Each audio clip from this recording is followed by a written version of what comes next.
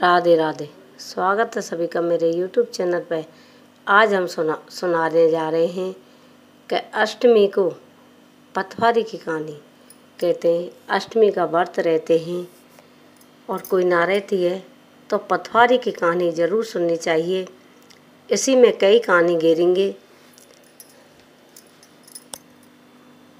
एक बुढ़िया के 4 बहुएँ थी। एक छोटी बहू थी, 3 बड़ी बड़ी थी, एक छोटी थी। एक दिन बुढ़िया बोली, बेटियों मैं अपने पीहर जा रही हूँ।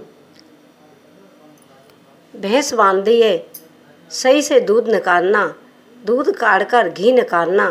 कि ठीक है माँ जी। अब छोटी बहू पे तो घी निकालना ही ना आतो, कैसे करे छोटी बहू। बड़ी बहू तो तीनों घी चलानो जानती। छोटी बहू ने क्या किया, दूध ले जाती पटवारी मैया पे चढ़ायाती। पटवारी मैया पे चढ़ाते 1 महीना हो गया। एक दिन पटवारी माँ से बोली, हे माता मैं दूध चढ़ा जाती हूँ, अब क्या करूँ, मेरी सास आएगी। मैंने तो घी कहीं नहीं जोड़ा, क्या करूँ, कहाँ से लाऊं, मुझ पे घी चलानो ही ना आवे। पटवारी माता बोली, बेटी अपने बर्तनन में 3-4 कंकड़ ले जा, गिर देना, तेरे बर्तन घी से भर जाएंगे। उसने ऐसा ही किया था। अपने 3-4 बर्तन लिए, उनमें कांकड़ पत्थर गिर दिए। जब सास आई, सास बोली, बेटी अपना अपना घी निकाल के लाओ, आओ चारों बहुओं मेरी घी निकाल के लाओ। 3 बहू 3 टिप्पन भर भर के घी निकाल के लाईं।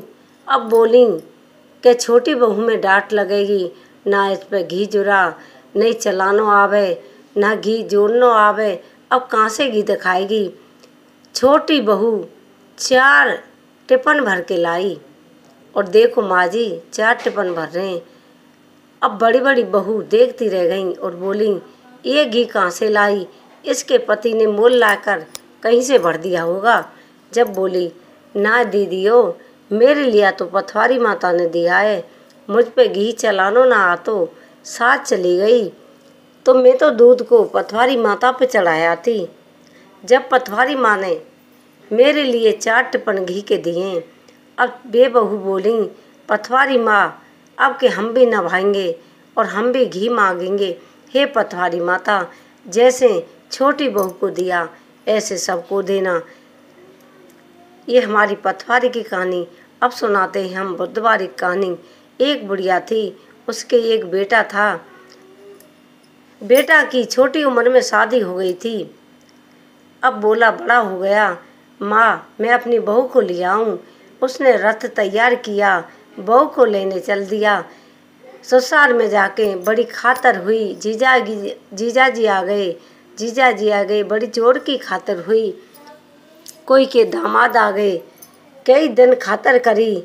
अब लड़का तैयार हुआ, जा दिन बुध था।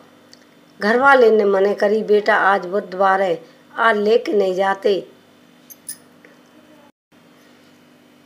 आज बुधवार है, आज जाते नहीं है।